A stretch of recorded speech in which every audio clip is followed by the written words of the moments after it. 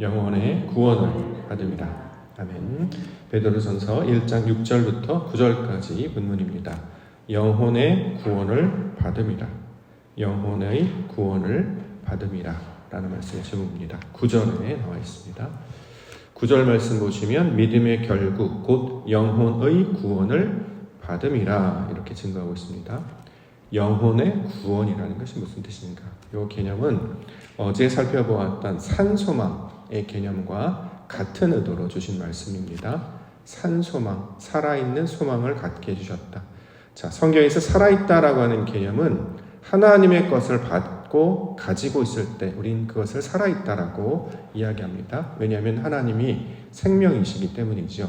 생명이신 하나님께서 자신의 것을 우리 가운데 내어주시고 불어주시고 채워주시면 이것을 우리는 성경에서 살아있다, 산자라고 이제 번역을 하고 표현하고 있습니다. 자, 이렇게 살아있는 존재가 되면 이걸 다른 말로 뭐라고 하냐면 영혼이라고 합니다. 예컨대 창세기 2장 7절 말씀을 보시면 여호와 하나님이 땅의 흙으로 사람을 지으시고 생기를 그 코에 불어넣으시니 사람이 생명이 되었다. 이렇게 증거하고 있습니다. 생명, 살아있는 영혼이라는 뜻이거든요. 자, 살아있는 영혼. 이걸 이제 히브리어로는 네페시 하야 이렇게 번역을 이렇게 이제 원문에 기록을 하고 있는데요. 이 영혼이라는 개념을 우리가 이제 그동안은 육신과 대비되는 정신적인 것. 그래서 이제 육신, 영혼 이렇게 이제 구별해서 사용을 했잖아요. 그런데 성경에서 말하는 영혼의 개념은 그 육신과 구별된이라는 뜻이라기보다는 우리가 이렇게 이해하시면 좋겠습니다. 우리가 이제 보통 말씀을 해석할 때 1차원적, 2차원적, 3차원적 이렇게 해석을 하죠. 1단계, 2단계, 3단계. 1단계는 우리가 이제 문자적으로 해석하는 땅의 사람으로 해석하는 것이고 그 다음 단계는 2차원은 하늘에서 성경에서 말하는 그러니까 하나님께서 원하실 뜻으로 그것을 재해석합니다. 그래서 그것이 담겨져 있는 의도와 속성들을 바라보게 되고 그래서 3단계는 그것과 연합된 우리가 바로 그 3단계의 궁극적인 목적이었죠. 그래서 여기가 지성소고 여기가 땅이고 이 땅이 하나님의 사람으로 변화되는 것이 성경의 목적이다. 이렇게 설명을 드렸습니다. 자, 1단계는 문자적으로 해석하는 것, 육신의 사람이라고 하면 그 다음 단계는 이제 그것이 가지고 있는 의미 또는 그것이 가지고 있는 속뜻을 가지고 해석을 하고 2단계로 나아갑니다. 2단계를 뭐라고 하느냐? 영혼의 단계라고 말하는 거예요. 우리로 따지면 땅에 속한 사람이 하늘에 속한 사람이 됐다라고 할 때 땅에 속한 사람은 무슨 뜻이냐면 땅의 속성을 가지고 산다는 거잖아요. 본성, 욕망, 정욕, 자랑 이런 걸 가지고 살아가요. 그런데 사도 바울이 증거했던 나는 하늘에 속한 사람이다라고 이야기할 때 그 하늘에 속했다라고 하는 것은 하나님이 가지고 계신 하나님께서 우리 가운데 내어주시는 그 속성 그것들을 받으며 살아가게 된다는 거죠. 그래서 이전까지는 육신, 욕망, 정욕으로 살던 사람이 이제는 뭐 갖고 삽니까? 말씀, 성령을 따라 살게 된다라는 거죠. 자, 이처럼 말씀, 성령을 따라 살게 되어서 사는 사람이 바뀌게 되면 이렇게 육신의 사람으로 옛사람으로 살던 사람이 새 사람이 되면 이걸 다른 말로 영혼이라고 번역을 합니다. 우리말로 특별하게 이게 번역에 적당한 단어가 없다 보니까 네페시라고 하는 그 단어를 영혼이라고 번역해서 사람들은 이제 육신적인 세계, 정신적인 세계 이것들 때문에 우리가 그동안 이걸 마치 대립되는 말로 이해를 해왔는데 실제로 성경의 용례들을 찾아보시게 되면 그 다음 단계 땅에 속한 사람에서 하늘에 속한 사람이 되었다라는 의도로 주신 것입니다. 자, 그래서 영혼의 구원을 받았다라고 이야기한단 말이죠. 영혼의 구원. 이전에는 1차원적일 때는 우리가 뭐만 가지고 살았냐면 1차원적이니까 문자적이니까 이제 무엇을 먹을까, 무엇을 마실까, 무엇을 입을까 이렇게 이제 살았단 말이죠. 근데 우리가 영혼의 구원을 받았어요. 영혼의 상태가 됐단 말이죠. 육신의 상태에서 영혼의 상태로 바뀌게 됐어요. 그러니까 예수님께서 말씀하시는 것처럼 먼저 그의 나라와 그의 의를 구하는 자가 바뀌게 됐단 말이죠. 그걸 영혼의 구원을 받았다라고 성경은 이야기하고 있는 것이죠. 자, 그래서 이제 그 이전에 일어났던 것들, 육신으로 일어났던 것들을 이제 끊어내고 하나님께서 하실 일들, 하나님의 소망을 두며 살아가는 자들. 어제의 말씀으로는 이제 산 소망을 입은 자로, 오늘의 말씀으로는 영혼의 구원을 받은 자로 이렇게 살게 되었다. 이렇게 이야기합니다. 그래서 9절 초반에 보면 믿음의 결국 곧 영혼의 구원을 받았다. 믿음이라고 하는 것이 앞으로 일어날 일에 대한 거잖아요. 특별히 하나님이 하실 일을 기대하고 소망하는 마음을 가지는 마음과 태도를 가리킬 때 우리가 이걸 믿음이라고 부른단 말이죠. 하나님이 하실 겁니다를 가지고 있을 때 이게 믿음이잖아요. 그렇죠? 이처럼 하나님이 하실 일을 기대하고 소망하는 그 믿음을 가진 자가 되었기 때문에 이것이 바로 영혼의 구원을 받은 자다 이렇게 설명을 하는 거죠. 그렇죠? 우리가 이제 과거를 따지면 왕년에 뭐 잘 나갔던지 뭐 잘했던지 어제 무슨 일이 있었던지 이런 일들 다 지나갔잖아요. 이건 우리가 손을 댈 수가 없는 부분이라는 거죠. 근데 그 과거의 것에 영향을 받는 사람들이 아니고 네가 옛날에 뭘 했니? 과거에 무슨 일이 있었니를 우리가 따지지 않고 앞으로 그래서 하나님 뭘 하실지를 날마다 소망하며 기대하는 자로 살게 된다는 것입니다. 자, 그것은 놀랍게도 눈으로 1차원적인 눈에 보이는 것으로 해석하지 않고 그 이면에 담겨져 있는 하나님의 의도와 속성을 이해하면서 받아들이겠단 말이죠. 그래서 우리는 믿음으로 하나님이 하실 일을 기대하며 소망합니다. 그래서 어둠이 갑자기 깔리게 되고 만약 비가 내리고 삶의 모양이 안 좋아지고 갑자기 이상한 일을 만나고 그럼 예전에는 큰일 나는 줄 알았거든요. 근데 하나님의 살아계심과 역사하심과 그가 우리에게 늘 좋은 것 주시는 분이심을 알게 되었기 때문에 이제는 이 과정을 통해서 하나님께서 무슨 일을 하시겠구나라고 의도를 받아들이게 된다는 거죠. 그렇기 때문에 당황하거나 미혹되거나 낙심하거나 크게 좌절하지 않고 바로바로 이제 회복하면서 살아가게 된다는 것입니다. 자, 저와 여러분들이 그 믿음의 결국 영혼의 구원을 받은 자들 아니겠습니까? 물론 아직도 연습이 잘 안 돼서 문제가 터지면 아이쿠야 맨날 당황하고 놀래기도 하고 때로는 힘들어하기도 합니다만 다시 말씀으로 돌아오면 어제 말씀 들은 거 다 까먹었거든요. 근데 오늘 똑같은 말씀 또 주시기 때문에 맞다 이렇게 생각이 된다는 거죠. 어제는 산소망으로 살고 오늘은 영혼의 구원에 관한 이야기를 하고 있으니 결국 하나님이 하시겠구나. 우리 하나님은 어떤 분이셔? 예수님께서 말씀하실 때 그는 좋으신 분이야. 우리에게 좋은 것들을 행하실 것이야. 어떤 일이 있더라도 너는 하나님의 자녀가 될 것이고 믿음의 그 길로 나아가게 될 것이야. 그러므로 눈에 보이는 대로 판단하지 말고 또 경험상 내가 그랬으니 그렇게 될 것이다라고 판단하지 말고 하나님이 하실 걸, 그 좋으신 일을 하실 것을 우리가 소망하며 나아가게 될 때, 자, 이것을 영혼의 구원을 받는 자들의 모습이 될 것입니다. 그러니까 우리 믿음의 사람들은 힘든 일이 있더라도 그렇게 당황하지 않아요. 제가 이제 가장 놀랬던 분 중에 하나가 우리 최재환 집사님이 어머니 권사님. 그때 최재환 집사님 그 신장암 3기 판정 받고 이제 신방을 갔었잖아요. 그래가지고 이제 신방도 가서 이제 예배도 해야 되겠다 갔더니 이제 어머님이 계셨어요. 히로도 돌봐주시고 하기 때문에. 근데 이제 우리 나름 이제 염려가 많이 돼서 걱정이 많이 되시죠. 근심이 많이 되시죠. 아드님 때문에 기도 많이 하시죠. 그런데 권사님 표정이 걱정 하나도 안 되는데요. 이러시는 거예요.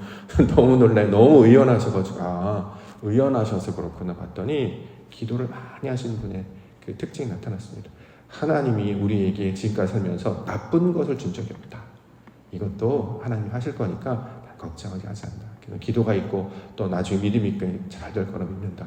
그래서 너무 그때 충격도 받고 감사하기도 하고 놀라기도 했습니다. 근데 놀랍게도 신기하게 나중에 결론이 어떻게 나세요? 신장암 3기인 줄 알았는데 나중에 수술 다 받고 1기로 확정 판정 받았고 이제는 6개월에 한 번씩 안 오셔도 됩니다. 1년에 한 번 와서 정기 검진만 받으셔도 됩니다. 그래서 많이 치유가 되셔서 회복된 모습을 직접 봤거든요. 근데 그때 그 믿음의 사람이라는 그 모습이 어떤 것인지, 영혼의 구원을 받은 사람은 삶의 문제를 어떻게 받아들이는지를 그 모습을 통해 보게 됐습니다. 저렇게 살게 되는구나. 그러니까 의연하고 걱정하고 두려워하시고. 왜요? 난 가까운 교회를 다닐 수가 있고 하나님 아버지가 계시고 그가 우리에게 좋은 것 주시기 때문에 마침내 좋은 것에 역사할 줄 믿는다. 우리가 생각하는 좋은 것은 낫는 거잖아요. 때로는 그리 아니하실지라도 고백하기도 합니다만 아니에요. 나아야 되지 않겠습니까? 지금 히로가 이제 태어나서 이제 막 걸음걸이 시작하는데 게다가 이제 그 가정이 이제 시작하는데 하나님 고쳐주세요 했더니 이미 아시고 그렇죠? 아마 그 권사님한테 우리 하나님이 무엇을 하실지를 보여주셨다. 자, 이것을 보게 되므로 영혼의 구원을 받은 자들은 저렇게 살아가는 것이구나 라는 것을 보게 됩니다. 저와 여러분들도 다시 한번 이 말씀 붙잡고 구원받은 자로 살게 하여 주옵소서. 이렇게 기도하며 나아가기를 원합니다. 2월 달에 그렇게 뜨겁게 기도해서 3월 달에 좀 나아질 줄 알았더니 그렇죠? 다른 문제들도 생기고 뭐 예배자도 많이 좀 빠지고 아프신 분들도 계시고 예배 숫자도 많이 줄고 뭐 재정적으로도 막 이렇게 뭔가 달라지고 그러니까 순간 저가 이렇게 아직도 그릇이 작아가지고 순간 마음이 덜컥하는 거예요. 큰일 났다. 어떡하지? 이런 마음이 순간 드는데 제가 걱정한다고 뭐 되겠습니까? 그래봐야 무의미하죠. 근데 말씀이 계속 저희를 깨우치는 거예요. 살아있는 소망을 가져라. 영원 구원을 바라보고 살아라. 이거 하나님이 하실 거다. 그러면 이제 순간 그렇지. 지금까지 해왔던 것도 내 힘과 내 노력으로 된 것도 아니고 걱정과 근심한다고 아무 일도 일어나지 않아요. 그렇다고 제가 뭐 재산이 많아갖고 막 11조를 팍 하거나 그럴 것도 아니면서 저기 혼자 어떡하지 이렇게 마음만 졸일 게 아니고 하나님이 하실 걸 믿고 그리고 이 세상 물질 세계에 자꾸 마음을 두다 보면 미혹된단 말이죠. 거기다 소망을 두지 말고 하나님께 소망을 두고 하나님이 하실 일을 기대하며 그 놀라운 일을 소망하며 나아가는 그 믿음의 사람 영혼의 구원받은 자로 살아갈 것을 10년 가운데 가르쳐 주셨습니다. 우리 저와 여러분들도 말씀 붙잡고 그렇습니다. 하나님 우리를 부르신 이유가 있네요. 믿음의 사람 되게 하시려고 영혼 구원 받은 자가 어떻게 살아가는지를 보여주시려고 그래야 안 믿는 자들이 보고 다르더라고. 확실히 교회 다니는 사람 달라. 우리 엄마, 우리 아빠, 우리 할머니 달라. 왜? 영혼의 구원받은 분들이야. 이 칭찬을 받아야 되지 않겠습니까? 왜냐하면 오늘 본문에서 이어지지만 지킬 것이 있기 때문에 그렇습니다. 7절 말씀을 보겠습니다. 7절 너희의 믿음의 확실함은 불로 연단하여도 없어질 금보다 더 귀하여 예수 그리스도께서 나타내실 때에 칭찬과 영광과 존귀를 얻게 할 것이니라. 자, 예수 그리스도께서 나타나신다 이런 표현이 나오잖아요. 예수 그리스도는 언제 나타나시는 거니까요? 우리가 보통 마라나타 주 예수의 오시옵소서 언제 온다는 뜻인가요? 요거 묵상하다가 이거는 나중에 오는 게 아니고 언제요? 하나님의 그러니까 시험이나 위기의 상황이 닥쳐지게 되면 우리 안에 심겨져 있는 그 믿음이 예수 그리스도께서 하셨던 그 모양 그대로 나타나시는 다시 말해 예수님의 모습과 형상을 닮은 능력이 우리 안에 그대로 드러나는 것임을 설명하는 것으로 우리가 이 말씀을 해석할 수도 있겠구나라고 받게 됐습니다.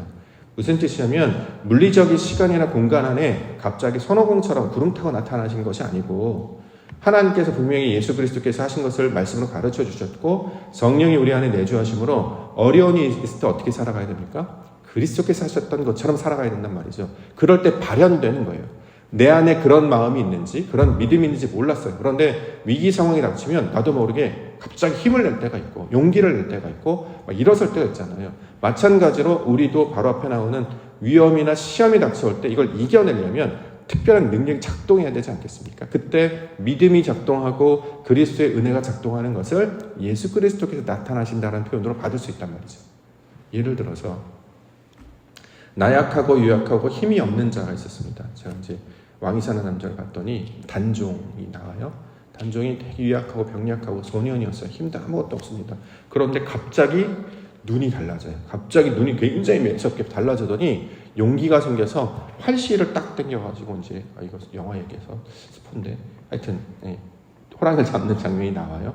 왜 그러느냐? 지킬 것이 있을 때 그 원래 가지고 있던 그 본성 있잖아요. 내재되어 있던 그 품격, 품위, 힘이 딱 드러나는데 자신의 위기가 아니라 내가 무언가를 지키려고 할 때, 특별히 나를 돌보고 나를 사랑하고 나를 원하는 가족들을 지키려고 할 때 그 아버지가 힘이 확 나는 것처럼 위기의 상황 때 아버지가 힘이 딱 나고 갑자기 이제 보통 우리가 이제 호랑이 눈이 된다 이런 표현을 많이 하는데 눈이 반짝반짝 빛나게 된단 말이죠. 왜냐하면 지킬 것이 있을 때 사람은 소위 말해서 잠재되어 있던 능력들이 발현되는 순간들이 있습니다.